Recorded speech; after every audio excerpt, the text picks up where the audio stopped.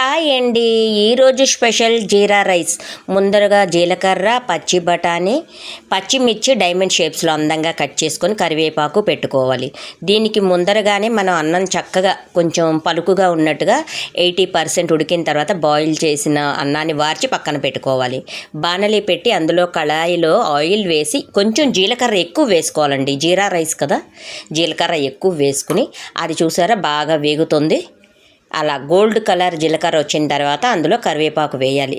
జీలకర్ర కరివేపాకు స్మెల్ చూస్తేనే పొట్ట నిండిపోతుందండి. కట్ చేసి పెట్టుకున్న పచ్చిమిర్చిని అటు ఇటు తిప్పేలోపు బఠానీ మెత్తగా ఉంటాయి కదండి.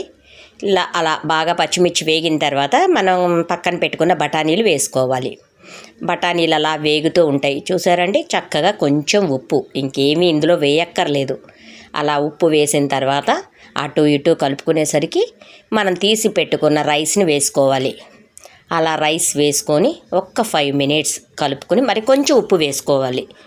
అంతే, అటు ఇటు కలిపి చూసారండి. ముద్దగా అవ్వకూడదు, కొంచెం ఆయిల్ ఎక్కువ పడుతుంది. ఫ్రెండ్స్, మీరు కూడా ట్రై చేయండి.